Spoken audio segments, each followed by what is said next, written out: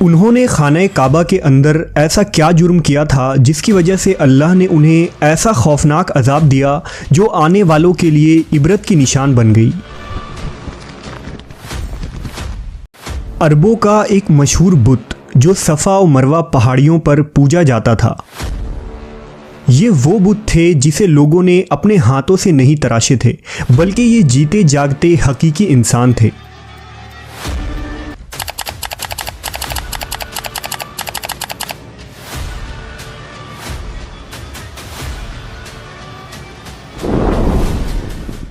جب سے خانہ کعبہ تعمیر ہوا تب سے لے کر اب تک جس نے بھی بیت اللہ کی بے حرمتی کی یا بے حرمتی کرنے کی کوشش کی تو اللہ نے ان کا وہ حشر کیا کہ رہتی دنیا تک عبرت کا نشان بن کر رہ گئے، پھر چاہے وہ دنیا کا طاقتور بادشاہ ابرہہ اور اس کے ہاتھیوں کا لشکر ہی کیوں نہ ہو۔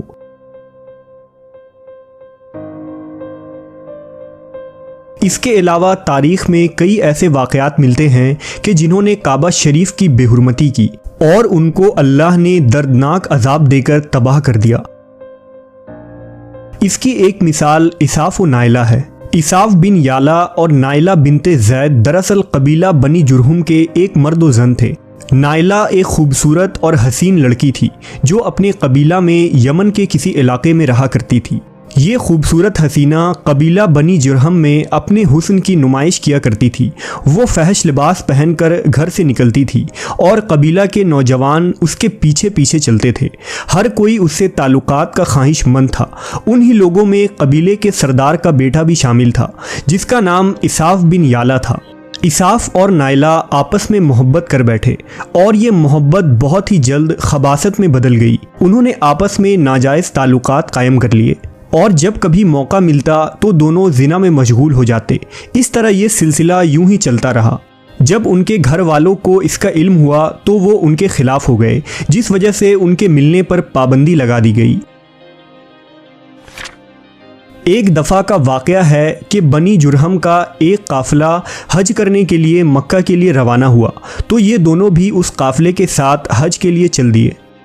قافلہ مکہ پہنچا اور یہ حج کے ایام تھے۔ انہی دنوں کا واقعہ ہے کہ ایک روز کعبہ میں لوگوں کی تعداد بہت ہی کم تھی اور آس پاس کوئی بھی موجود نہ تھا، لہذا شیطان نے ان کے دلوں میں وسوسہ ڈالنا شروع کر دیا۔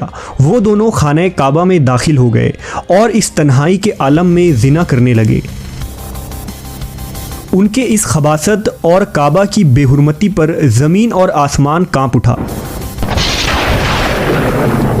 سمندر کی موجیں جوش مارنے لگی اور اللہ کی طرف سے عذاب نازل ہو گیا۔ ہوا یوں کہ جب وہ خانہ کعبہ کے اندر بدفعلی کر رہے تھے تو اسی وقت ان کی روحیں قبض کر لی گئیں اور ان کے گوشت پوشت کے جسم پتھر کے بنتے چلے گئے۔ یہ لمحہ انتہائی خوفناک اور عجیب و غریب تھا۔ دو زندہ انسان عذاب الہی کے تحت اب پتھر کے بن چکے تھے۔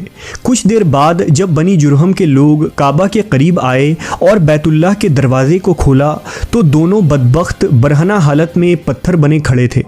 وہ یہ سمجھ گئے کہ یہ خبیث اللہ کی مقدس گھر میں کس جرم کا ارتکاب کر رہے تھے۔ لوگوں نے دونوں کے مجسموں کو اٹھایا اور باہر لا کر زمین میں گاڑ کر انہیں کھڑا کر دیا تاکہ یہ لوگوں کے لیے عبرت کا نشان بنا رہے۔ کچھ دن گزرنے کے بعد مکہ کے لوگوں نے اساف کے بت کو اٹھا کر کوہ صفا کے مقام پر رکھ دیا اور نائلہ کے بت کو اٹھا کر کوہ مروہ کے مقام پر رکھ دیا۔ صفا و مروہ دراصل دو پہاڑی ہیں جو حرم کعبہ کے بالکل قریب ہی ہیں۔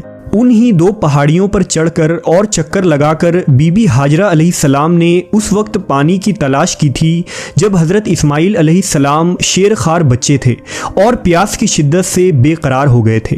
اس لیے زمانہ قدیم سے یہ دونوں پہاڑیاں بہت مقدس مانی جاتی تھیں اور حاجی ان پر چڑھ کر بڑے احترام اور جذبہ عقیدت کے ساتھ طواف کیا کرتے تھے۔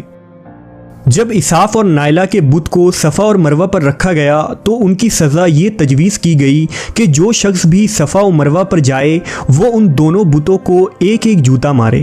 ایک دو نسلوں تک تو یہ عمل جاری رہا، پھر لوگوں نے انہیں جوتوں کے بجائے تھپڑ مارنا شروع کر دیے اور کچھ نسلوں بعد لوگ انہیں صرف ہاتھ لگایا کرتے تھے۔